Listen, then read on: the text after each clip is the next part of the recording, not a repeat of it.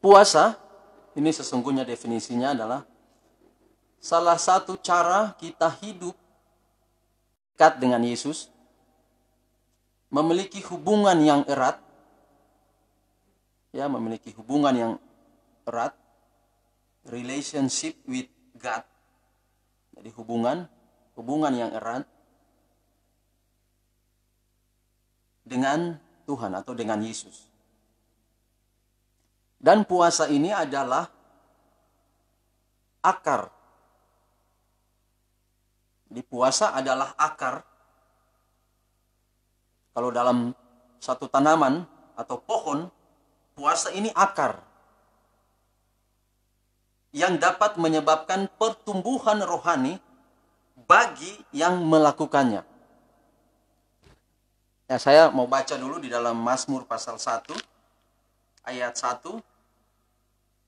Dia katakan begini, berbahagialah orang yang tidak berjalan menurut nasihat orang fasik,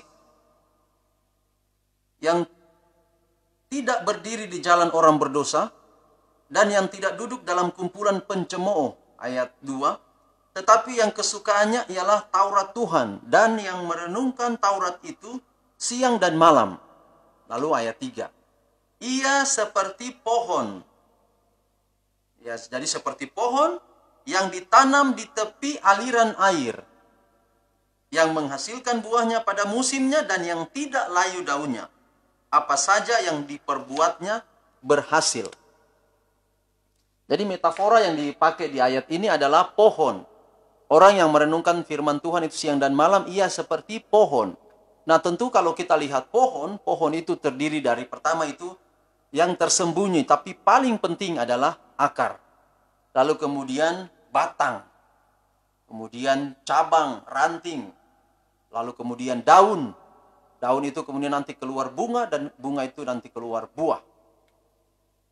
Buah nanti akan kelihatan, dan itu yang kita rasa, dan itu yang kita sebut dengan pohon ini berguna.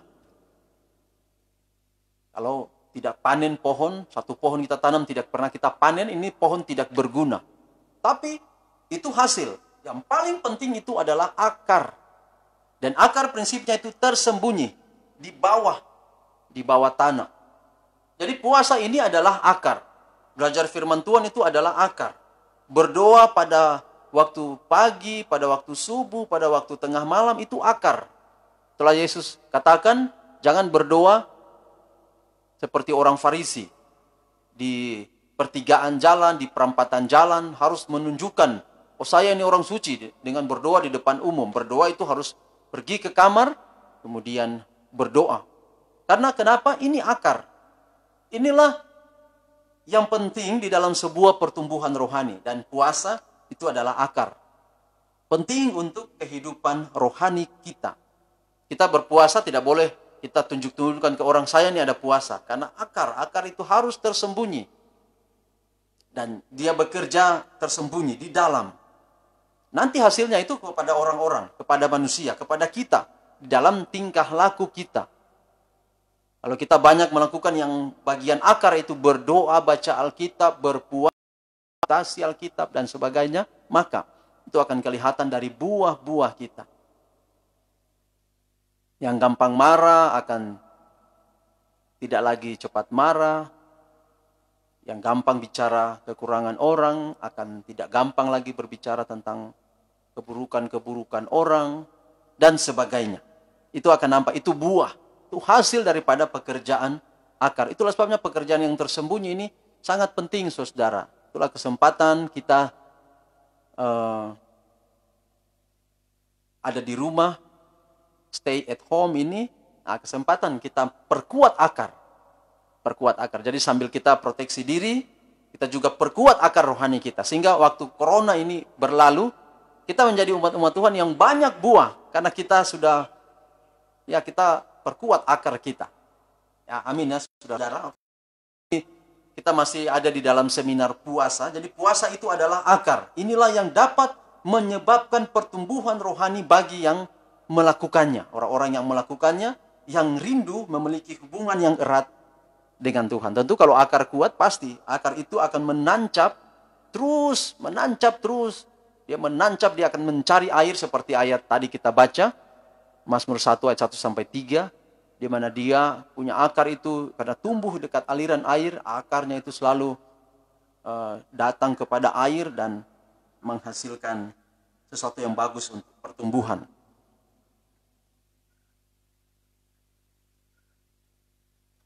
Puasa bukanlah, tadi saya katakan puasa bukanlah topik yang baru yang dibicarakan dalam gereja Masih Advent hari ke-7.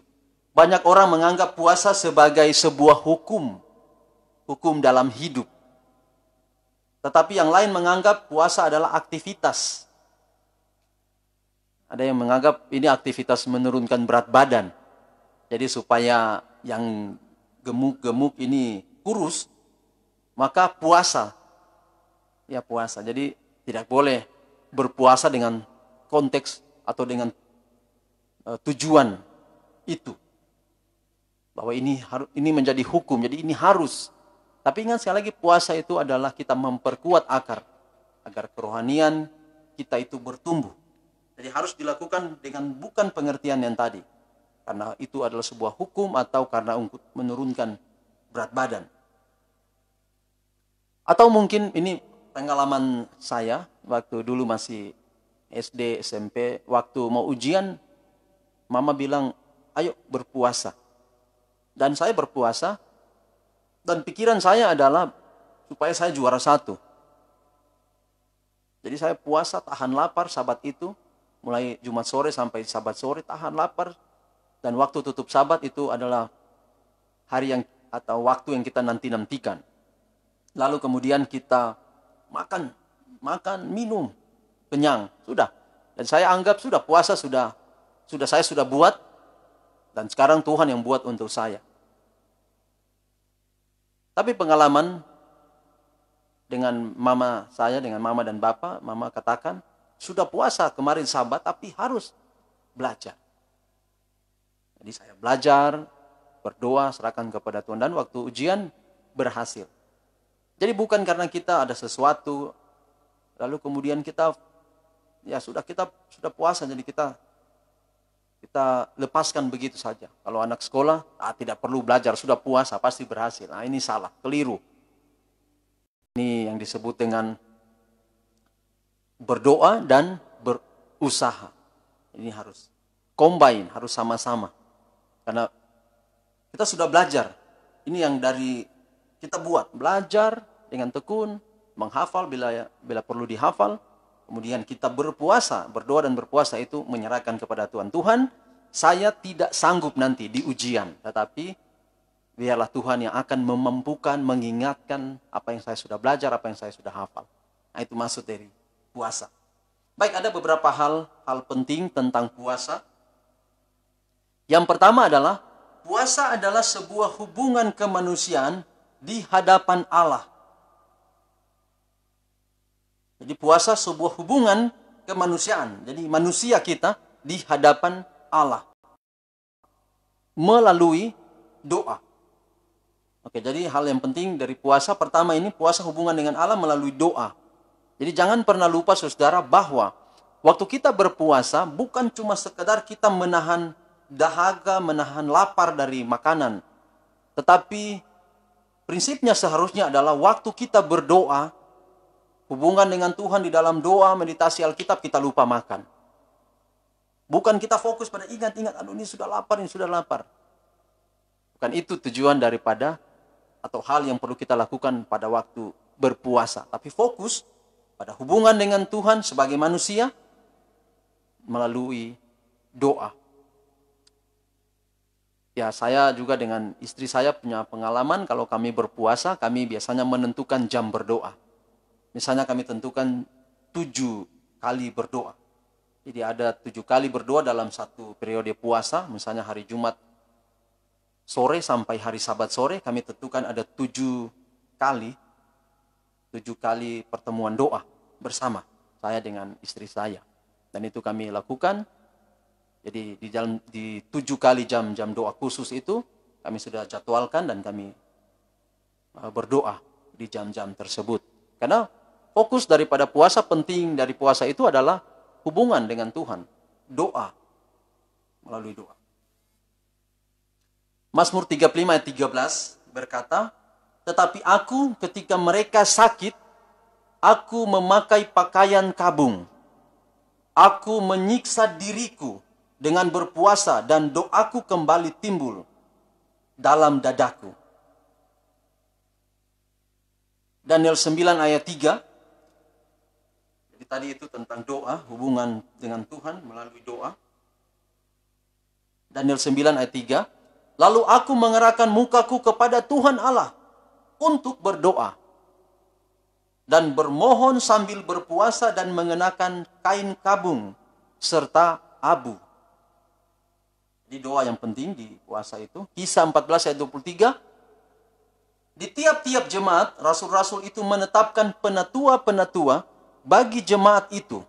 Dan setelah berdoa, jadi ada berdoa dan berpuasa, mereka menyerahkan penatua-penatua itu kepada Tuhan, yang adalah sumber kepercayaan mereka.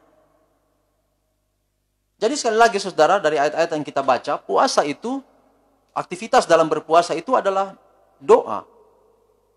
Salah satu aktivitas. Bukan hanya kita sudah berpuasa, kita mulai puasa, hari Jumat sore kita makan kenyang-kenyang. Makan kenyang-kenyang, kita pasti tidak akan bangun berdoa itu malam, kita tertidur. Karena sudah enak, perut sudah kenyang. Bukan itu berpuasa, bukan hanya sekedar makan kenyang, terus siap menahan lapar sampai tutup puasa. 1 kali 24 jam. Bukan itu tujuan. Berpuasa adalah kita berdoa. Memiliki hubungan sebagai manusia dengan Allah. Lalu hal yang lain yang kedua, kitab Injil dan kisah para rasul menunjukkan fakta kebiasaan berpuasa bagi mereka yang rindu memiliki kehidupan rohani. Jadi ini tidak baru dijalankan sekarang ini, tapi sudah jauh sebelumnya di Alkitab sudah jalankan. Lukas 2 ayat 37, dan sekarang ia janda dan berumur 84 tahun. Ia tidak pernah meninggalkan bait Allah dan siang malam beribadah dengan berpuasa dan berdoa. Jadi siang malam berpuasa dan berdoa. Markus 2:18. Pada suatu kali ketika murid-murid Yohanes dan orang-orang Farisi sedang berpuasa, datanglah orang-orang dan mengatakan kepada Yesus, mengapa murid-murid Yohanes dan murid-murid orang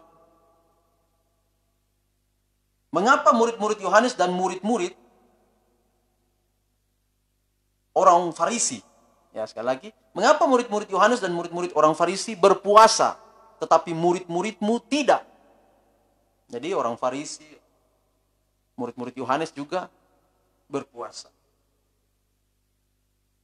Jadi ini di dalam kitab Injil sudah menjadi kebiasaan. Jadi hal-hal yang penting di dalam puasa tadi adalah berdoa, kemudian itu jadi kebiasaan, bukan hukum, tapi kita biasakan. Biasakan punya hubungan dengan Tuhan. Karena puasa itu adalah hubungan dengan Tuhan. Kalau setiap hari kita punya hubungan dengan Tuhan, maka kita sementara tidak sadar kita melakukan puasa setiap hari. Nanti kita akan lihat 4 jenis puasa sebentar. Lalu hal yang ketiga, orang Farisi sangat berbangga dan sombong karena berpuasa 2 kali dalam seminggu. Jadi 1 minggu 2 kali puasa. Luar biasa ini orang Farisi. Lukas 18 ayat 12. Aku berpuasa 2 kali seminggu. Aku memberikan persepuluhan. Saya persepuluh dari segala penghasilanku. Sombong dia. Puasa 2 kali seminggu bilang-bilang orang. Padahal itu akar. Mungkin orang Farisi ini akar rambutan. Akar rambutan itu kalau coba saudara timbun dengan tanah. Itu bagian bawah atau di akar, atas akar rambutan. Semakin saudara timbun, akarnya semakin di atas. Ada juga pohon yang lain yang akarnya kelihatan. Mungkin ketapang, pohon ketapang, dan lain sebagainya. Jadi ini mungkin orang Farisi itu begitu. Akar di atas tanah. Harusnya akar itu tersembunyi, karena prinsipnya dia di bawah. Jadi kalau kita berpuasa, jangan kita sombong untuk menunjukkan kepada orang, saya ini ada berpuasa. Hal keempat, Yesus mengawali pelayanannya dengan berpuasa 40 hari. 40 hari tentu luar biasa ini 40 hari. Yesus menasihati, apabila kita berpuasa atau berdoa, kita tidak boleh menunjukkan atau memamerkan bahwa kita adalah orang suci. Ya, Yesus saja berpuasa, tapi tidak pernah di ayat-ayat Alkitab katakan bahwa, lihat saya ini, puasa 40 hari. Lukas 4 ayat 2, di situ ia tinggal 40 hari lamanya dan dicobai iblis. Selama di situ ia tidak makan apa-apa dan sesudah waktu itu ia lapar. Ini Yesus berpuasa 40 hari. Dan apabila kamu berpuasa, janganlah muram mukamu seperti orang munafik.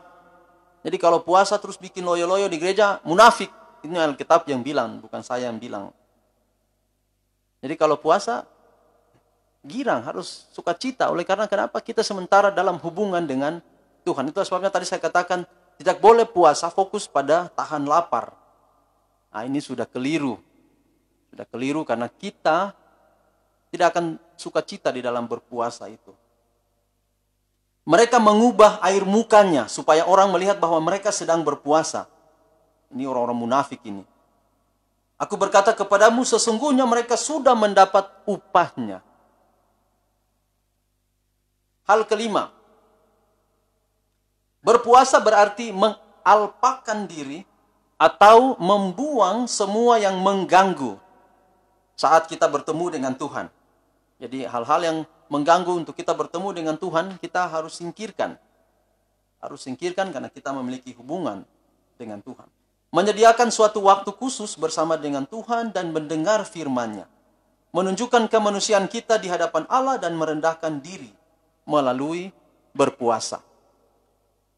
Jadi mengalpakan atau membuang hal-hal yang mengganggu waktu kita punya hubungan, relation with God tadi itu. Mazmur 35 ayat 13, tetapi aku ketika mereka sakit, aku memakai pakaian kabung. Aku menyiksa diriku dengan berpuasa dan doaku kembali timbul dalam dadaku. Ya berikut, hal yang berikut dari puasa ini, berpuasa kadang-kadang harus mendahului jawaban Allah terhadap permintaan khusus. Jadi puasa ini kita berdoa dan berdoa itu selalu pasti. Tidak mungkin, karena berdoa itu bukan talenta. Nanti kalau disuruh berdoa, saya tidak mau berdoa, Pak Pendeta, karena saya tidak ada talenta berdoa. Berdoa itu bukan talenta, sama dengan makan. Ayo makan. Aduh, saya tidak punya talenta makan. Saudara, ada talenta atau tidak, makan itu perlu makan. Sama juga dengan berdoa. Berdoa harus berdoa. Mandi, misal mandi. Ayo mandi. Saya tidak punya talenta mandi. Berarti tidak mandi-mandi. Jadi sama, berdoa itu bukan satu talenta. Mungkin kalau doakan, dia punya kuasa untuk 2 orang sakit misalnya. Nah, itu kita sebut karunia berdoa. Itu boleh. Tapi tidak boleh bilang, aduh pendeta saya tidak punya talenta berdoa. Wah. Karena saudara makan, saudara mau keluar rumah, saudara pasti berdoa. Jadi sekali lagi, berpuasa kadang-kadang harus mendahului jawaban Allah terhadap permintaan khusus. Ini permintaan khusus. Jadi puasa itu permintaan khusus. Kita sudah berdoa, tapi waktu ada permintaan khusus kita berdoa dan kita berpuasa. Dan ini adalah kebutuhan, ada satu kebutuhan, lapar akan Tuhan. Yesus mengatakan kepada murid-muridnya saat mereka tidak dapat mengusir setan. Ayat 21 Matius 17. Jenis ini tidak dapat diusir kecuali dengan berdoa dan berpuasa. Jadi ini sudah lebih jauh ya tentang berpuasa. Bahwa puasa itu bukan doa-doa yang biasa, tapi doa-doa yang khusus. Doa-doa yang khusus ini yang memang ada permintaan-permintaan yang khusus. Yang ketujuh, jemaat di Antioquia melakukan doa dan puasa sebelum mereka mengutus Paulus dan Barnabas menjadi misionari. Paulus dan Barnabas berpuasa sebelum mereka mengadakan pemilihan para pemimpin jemaat. Paulus menasihati jemaat di Korintus untuk menyediakan waktu berdoa dan berpuasa. Jadi kalau pemilihan pegawai jemaat, jangan lupa itu berdoa dan berpuasa. Karena ini ada permintaan khusus. Kisah 13 ayat 2. Pada suatu hari ketika mereka beribadah kepada Tuhan dan berpuasa, berkatalah Roh Kudus, khususkanlah Barnabas dan Saulus bagiku. Ini waktu mereka buat pemilihan. Kisah 14 ayat 23. Di tiap-tiap jemaat, rasul-rasul itu menetapkan penatua-penatua bagi jemaat itu. Dan setelah berdoa dan berpuasa, mereka menyerahkan penatua-penatua itu kepada Tuhan, yang adalah sumber kepercayaan mereka.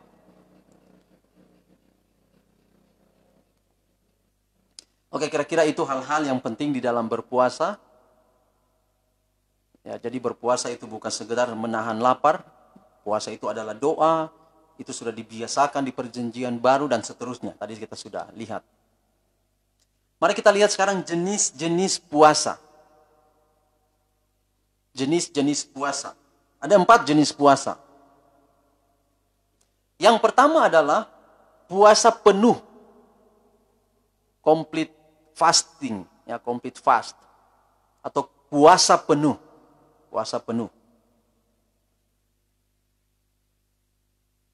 Puasa penuh atau complete fasting ini adalah mengalpakan diri dari makanan. Kendati begitu tidak dari air. Ya, dulu waktu saya puasa memang betul tahan makan dan tahan air. Jadi memang betul waktu sampai sudah sore, hari Sabat sore seperti ini memang sudah kering bibir dan sudah loyo sekali. Ya bisa juga begitu, silakan, tetapi terkait kesehatan, ini katakan kendati begitu tidak dari air. Jadi terserah bisa tahan air sepanjang 1 hari itu. Atau kalau perut ini sudah sementara berdoa terus tak putar ini puru karena asam lambung, ya harus segera isi air. Kalau tidak, salah juga kita puasa tapi kita sakit. Karena ini yang disebut menyiksa diri. Puasa bukan menyiksa diri, tadi kita sudah lihat. Puasa itu hubungan yang erat dengan Tuhan. Jadi ini misalnya pada saat hari raya pendamaian. Imamat 16 ayat 29 sampai 31 bangsa Israel melakukan puasa penuh tanpa makan. Tapi ini sangat ketat bahwa air tidak diizinkan. Air juga tidak diizinkan mulai Jumat sore hingga Sabat sore. Mungkin ini orang tua-tua dulu mereka ajarkan begitu karena menurut Imamat 16. Dan saya juga pernah praktekkan itu waktu SMP, waktu SMA, dan juga waktu melayani. Pernah saya praktekkan memang tidak minum, tidak makan sama sekali. Selama 1 kali 24 jam, Jumat sore sampai Sabat sore. Musa, Elia, dan Yesus benar-benar melakukan puasa penuh selama 40 hari. Tidak ada keterangan apa mereka minum air atau tidak. Tapi kalau puasa 40 hari non-stop tanpa air ini sudah mati, sudah bisa mati. Jadi tadi kendati begitu tidak dari air. Mungkin ya ada air yang diminum.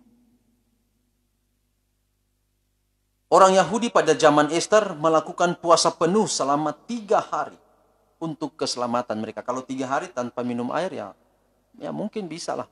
Selain 40 hari tadi. Karena kita belum pernah coba.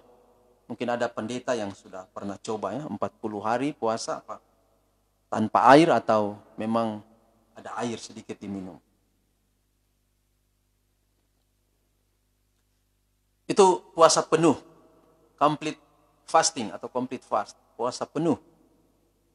Lalu yang kedua, jenis yang kedua adalah partial fasting atau puasa sebagian, partial fasting. Partial fasting, puasa sebagian adalah puasa dari makanan yang enak.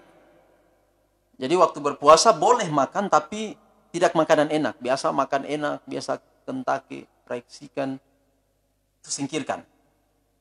Jadi makan makanan yang sederhana. Contohnya Daniel dalam Daniel 10 ayat 2 dan 3. Pada waktu itu aku Daniel berkabung 3 minggu penuh. Makanan yang sedap tidak kumakan. Daging dan anggur tidak masuk ke dalam mulutku. Dan aku tidak berurap sampai berlarut 3 minggu penuh. Nabi Mika hanya makan roti dan air. 1 Raja-Raja 22 ayat 27. Ini contoh di Alkitab. Partial fasting, puasa sebagian. Makan, tetapi tidak makan makanan yang enak-enak. Lalu jenis yang ketiga, saya ulangi jenis yang pertama, complete fasting. Ini tanpa makan, 1 kali 24 tanpa minum juga silakan, tapi kalau mengganggu, maka minum sedikit. Yang kedua adalah partial fasting. Puasa sebagian. Tadi sudah saya jelaskan, puasa sebagian ini adalah makan, tapi makanan yang sederhana.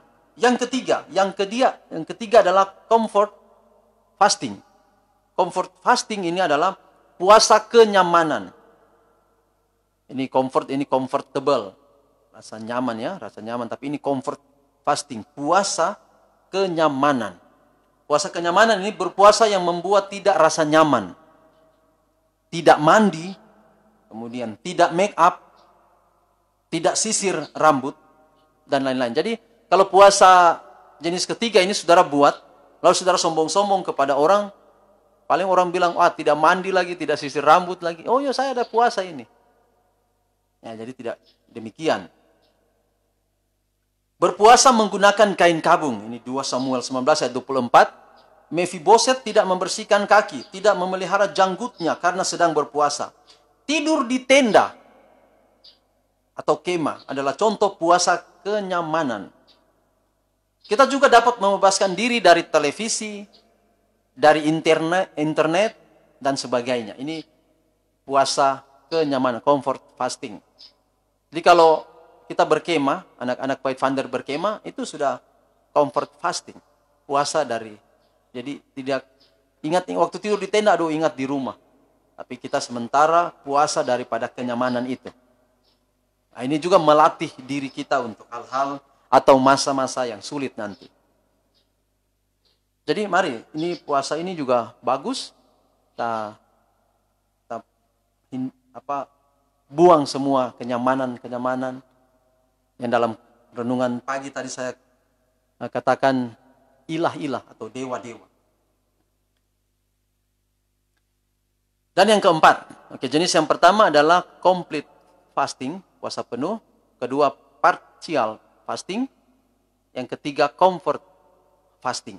Lalu yang keempat adalah liberating fasting. Liberating ini membebaskan ya, membebaskan. Jadi puasa membebaskan. Puasa ini adalah jenis puasa membebaskan orang lain dari kesusahan. Ini sangat praktikal. Kita menahan diri untuk menolong orang lain. Jadi misalnya saya punya uang 2 juta, mau beli membeli sesuatu, tapi ada yang membutuhkan. Maka saya menahan diri untuk sesuatu itu, saya memberikan sebagian, setengah, atau bahkan semua untuk kebutuhan orang, asal dengan kerelaan. Dan ini sangat praktikal. Jadi kita menahan diri untuk menolong orang lain, memberikan makanan bagi orang lain, Yesaya 58 ayat 7, supaya engkau memecah-mecahkan rotimu bagi orang yang lapar dan membawa ke rumahmu orang miskin yang tak punya rumah. Jadi itu 4 jenis puasa. Jadi yang selama ini mungkin kita tahu puasa itu hanya tahan lapar, tapi ternyata puasa itu ada beberapa jenis. Yang pertama, complete fasting. Kedua, partial fasting. Ketiga, comfort fasting. Lalu yang kelima adalah liberating fasting. Atau puasa membebaskan orang. Dan tanpa kita sadari, dari 4 jenis puasa ini kita hampir sering melakukan semuanya. Baik, jadi itu 4 jenis puasa. Lalu alasan-alasan mengapa berpuasa. Yang pertama, puasa adalah praktek Alkitabiah di mana dapat membantu memiliki karakter yang bertumbuh. Jadi perlu kita berpuasa untuk pertumbuhan rohani, karakter kita. Tadi sudah disinggung di bagian atas. Kedua, puasa adalah tanda kesungguh-sungguhan dalam doa dan kebutuhan rohani. di partial fasting tadi, mungkin kita puasa misalnya 2 jam saja. 2 jam kita lupakan handphone, televisi, masuk di kamar atau di ruangan yang tertutup, kita berdoa sungguh-sungguh 2 jam misalnya. Lalu 2 jam itu diisi dengan baca Alkitab, meditasi, doa sungguh-sungguh, fokus pada permintaan kita, fokus juga paling terutama kepada Tuhan, pujian kepada Tuhan. Dengan sungguh-sungguh untuk kebutuhan rohani. Yang ketiga, puasa membantu kita untuk dituntun oleh Allah. Ini tujuan dari berpuasa. Sekali lagi, puasa itu praktik Alkitabiah, puasa itu adalah kesungguhan dalam doa, puasa itu membantu kita untuk dituntun oleh Allah.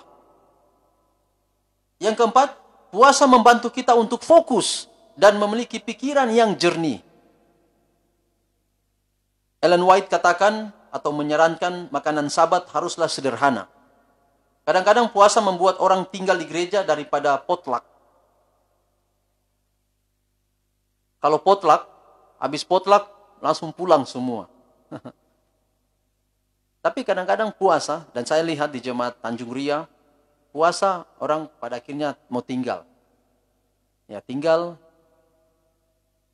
mereka menahan diri, kemudian ada jam-jam doa, kemudian tutup puasa itu bersama-sama. Lalu yang berikut, puasa secara otomatis ini memberikan keuntungan fisik. Walaupun itu bukan tujuan utama dari berpuasa, tapi pasti akan memberikan keuntungan fisik. Puasa memberi keuntungan waktu, karena banyak waktu yang harusnya Anda kerjakan dikurangi karena Anda berpuasa. Apalagi kalau hari Sabat puasa, maka hari Jumat kita akan kurangi, karena kita hendak bersiap diri untuk berpuasa. Malam kita akan bangun untuk berdoa. Yang berikut adalah penuntun puasa. Yang pertama, puasa dengan maksud dan alasan yang tepat. Alasan yang paling penting adalah agar dekat dengan Yesus. Itu harus menjadi prioritas purpose utama, tujuan utama.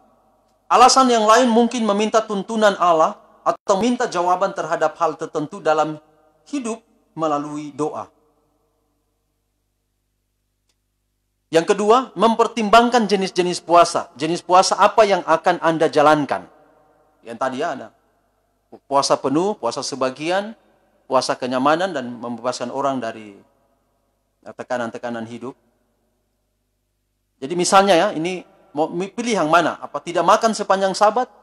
Atau makan siang hari Jumat sampai dengan Sabat siang supaya ikut potluck? Karena kalau kita puasa terus tiap Sabat, lalu kemudian potluck kita pulang, padahal saudara-saudara kita potluck, karena kita ada puasa sampai Sabat sore, maka kita rugi fellowship, ya, fellowship kita rugi. Community, atau koinonia kita rugi. Kita puasa, sudah bagus kita puasa, tapi kita jauh daripada fellowship dengan orang. Lalu kemudian ini, kalau puasa dari hari Jumat siang sampai Sabat siang, ya, silakan. Kemudian makan malam hari Jumat hingga makan siang hari Sabat. Atau hanya makan Sabat pagi saja. Jadi kalau cuma makan Sabat pagi, makan siang tidak. Nanti makan sore. Oke, itu ya silakan. Itu pertimbangan, harus dipertimbangkan dengan baik waktu kita mau berpuasa. Yang ketiga, mengerti dan mengetahui keadaan kita. Jangan kita ini sudah sakit mah yang berat, lalu kemudian kita puasa yang komplit. Nah, ini berbahaya bagi tubuh kita. Jika belum terbiasa berpuasa, jangan coba 1 hari penuh. Atau mungkin 3 hari penuh. Harus coba sedikit demi sedikit. Saya yakin saudara ini sudah ahli-ahli dalam berpuasa. Jadi ini materi hanya mengingatkan kita. Yang keempat, gabungkan puasa dengan hal rohani yang lain. Misalnya puasa dan baca Alkitab bersama-sama. Ini sudah biasa kita lakukan. Yang kelima, jangan membuat pengumuman saat Anda berpuasa. Puasa bukan untuk diketahui umum, tapi sangat pribadi. Kecuali puasa sedunia. Kalau puasa sedunia, ketua jemaat harus umumkan. Pendeta harus umumkan, harus motivasi. Tapi kalau saudara puasa pribadi, jangan saudara umumkan. Ketua jemaat berdiri depan, saudara doakan. Sabat depan ini saya puasa. Tidak perlu diumumkan. Kesimpulan. Tujuan akhir dari berpuasa adalah kita menjadi lebih rendah hati dan tidak lebih dari orang lain. Prinsipnya bahwa puasa itu seperti mau mati. Dan kalau kita rasa mau mati, kita bergantung pada sesuatu. Sesuatu itu siapa, saudara? Sesuatu itu adalah Tuhan. Yang kita butuhkan bukanlah makanan, tetapi Tuhan. Berpuasa adalah kita katakan, Tuhan, saya tidak bisa hidup tanpa Engkau. Makanan nomor 2. Tuhan nomor 1. Tuhan kiranya memberkati kita di dalam seminar. Mungkin panjang, saudara-saudara boring dengar ini, tetapi ini kita mengisi waktu di penutupan Sabat ini. Ya, Tuhan memberkati kita. Baik, kita akan nyanyikan satu lagu pujian dulu. Lalu kemudian kita akan masuk pada renungan tutup Sabat. Saudara siapkan Alkitab. Siapkan Alkitab kita untuk tutup Sabat. Jadi live streaming ini untuk saudara yang di rumah mau tutup Sabat, tidak ada materi, atau bengong karena cuma berdua atau sendiri, maka saya mengajak kita tutup Sabat bersama-sama. Kita akan masuk pada renungan tutup Sabat. Di jam saya ini masih ada lebih kurang 25 menit sampai jam 6. Tapi kita tidak akan mengikuti jam ini, di mana kita sudah lihat matahari ini, kita sudah akan tutup Sabat. Baik, sebelum kita masuk pada renungan tutup Sabat, mari saya ajak kita nyanyikan lagu nomor 417.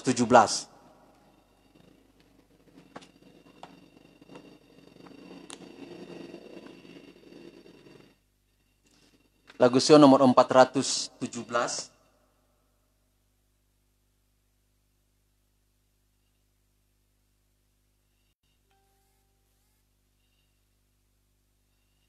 Lagu nomor 417 dengan judul Bak Wanita di Sumur.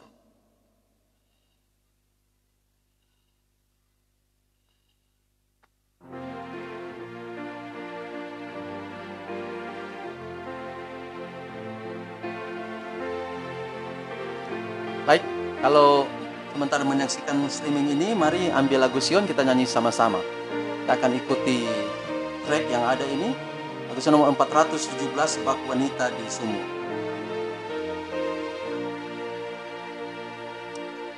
Bak wanita di sumur ku mencari hal yang takkan memuaskan. Lalu ku dengar suara Yesus, mari minum air kehidupan. Ya Tuhanku, isi cawanku, puaskan dahaga jiwaku. Roti hidup, kenyangkanlah jiwaku. Ya Tuhan, sucikanlah hatiku. Bait kedua. Berjuta manusia mendambakan kesenangan dunia yang fana. Harta surga tak terbandingkan, ku temukan dalam Yesus Tuhan. Ya Tuhanku, isi cawanku, puaskan dahaga jiwaku. Roti hidup, kenyangkanlah jiwaku. Ya Tuhan, sucikanlah hatiku. Semua yang kepadamu sia-sialah adanya. Tuhan datang selamatkan engkau bila engkau sujud dan berdoa. Amin, puji Tuhan. Ya Tuhanku, isi cawanku, puaskan dahaga jiwaku. Roti hidup, kenyangkanlah jiwaku.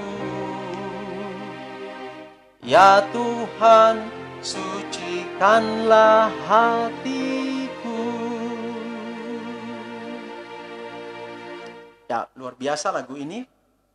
Kita mintakan Tuhan mengisi cawan hidup kita dengan berpuasa, dengan berdoa. Dengan wabah virus corona ini kita punya waktu banyak untuk berdoa.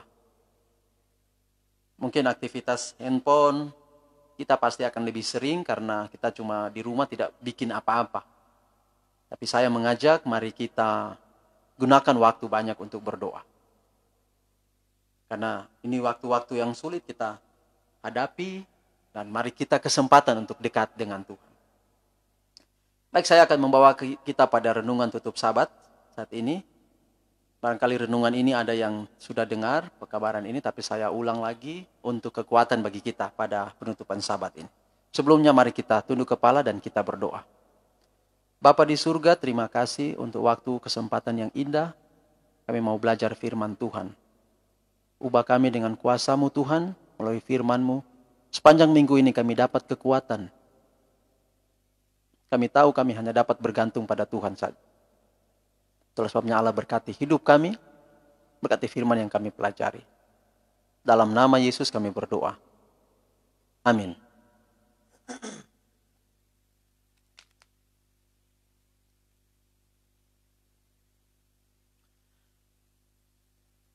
Baik, saudara-saudara.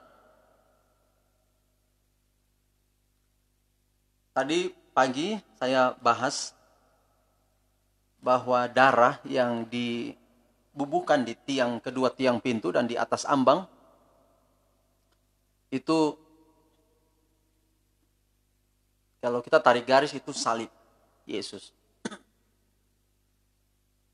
Jadi yang selamatkan anak sulung di dalam rumah-rumah atau keluarga Israel itu adalah Yesus. Mungkin kita bilang bahwa mungkin kita bilang, itu kan ada andil saya, kan saya yang taruh darah itu. Ya bisa, saudara taruh darah, saudara bilang saudara punya andil di situ. Tapi kalau Yesus tidak berdiri di pintu, malaikat masuk. Karena darah itu simbol Yesus. Mungkin ada yang main-main, dia bilang, kita cat semua ini pintu. Tidak sesuai dengan gambar salib itu. Maka anak sulung mati di dalam. Pada waktu malam malaikat maut datang. Pesah, ya. Paskah lewat.